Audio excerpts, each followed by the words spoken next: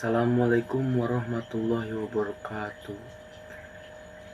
Saudara-saudara sekalian, teman-teman, dan juga guru-guru, perkenalkan nama saya Afdan Syakura Feriano dari Universitas Mercubuana, Prodi Arsitektur, kelas karyawan.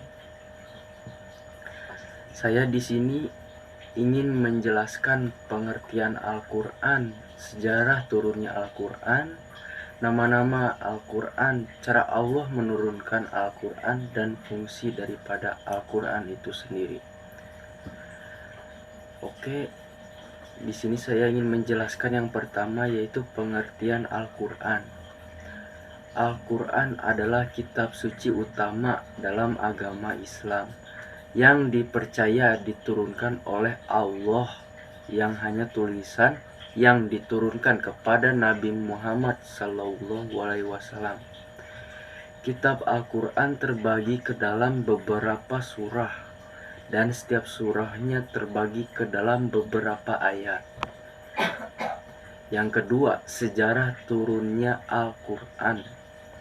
Sejarah turunnya Al-Quran dibagi menjadi dua periode, yaitu periode Mekah sebelum hijrahnya Nabi pada 17 Ramadan 610 Masehi dan Madinah setelah hijrah. Yang ketiga, yaitu nama-nama Al-Quran. Nama-nama Al-Quran ada 55, yaitu yang pertama kitab, dan yang kedua Mubin, dan yang ketiga Quran, keempat Karim, kelima Kolam, keenam Nur, dan seterusnya. Huda, Rohmah, Furqon, Syifa, Mau'idah, Zikr, Mubarak, Ali, Hikmah, Hakim, Muhaimin, Habl, Sirat Mustaqim, Qayyim, Qaul, Fasunaba Adim, Ahsan Al-Hadis, Mutasyabih, Matsani, Tanzil, Ruh, Wai, Arabi, Basyair, Bayan, Ilm, Hak, Hadi, Ajab, Tazkiroh, Al-Urwah, Al-Wutsqa, Sid, Ad, Amr, Munadi, Bushro, Majid, Zabur, Bashir, Nazir, Aziz, Balag, Qasas, Suhuf, Muharramah, Marfu'ah, Mutaharoh, dan yang terakhir adalah Wa'id. Dan itulah 55 nama-nama Al-Quran. Dan yang keempat, cara Allah menurunkan Al-Quran. Cara Allah menurunkan Al-Quran kepada Nabi Muhammad melalui perantara malaikat Jibril selama 23 tahun lamanya. Dan yang terakhir, fungsi Al-Quran. Fungsi Al-Quran sebagai petunjuk bagi manusia dan umat Islam hingga akhir zaman, penyempurna kitab-kitab suci sebelumnya, dan sumber pokok ajaran agama Islam yang dibawa oleh Nabi Muhammad SAW. Dan saudara perlu ketahui bahwa Al-Quran adalah kitab terakhir yang diturunkan oleh Allah Subhanahu wa Ta'ala kepada Nabi kita yang terakhir, yaitu Nabi Muhammad SAW. Dan untuk lebih jelasnya lagi, saya akan menjelaskan 25 fungsi Al-Quran bagi seluruh umat manusia.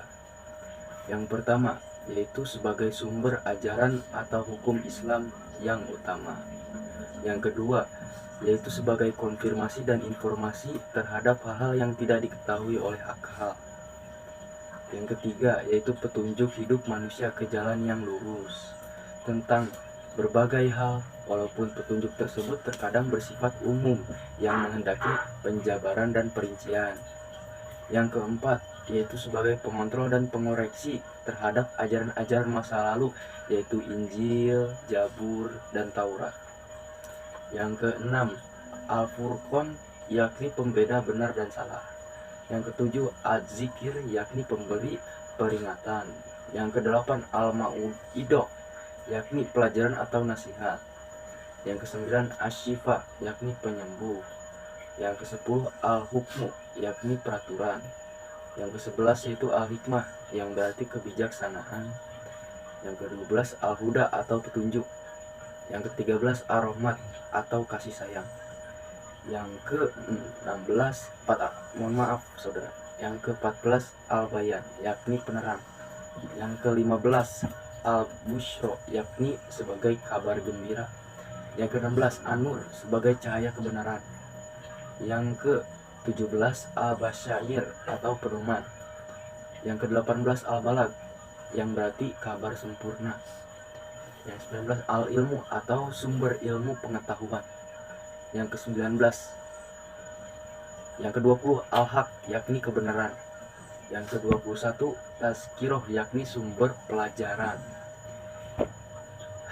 Yang ke-22 Al-Urwah Al-Wuthqa atau tali penguat.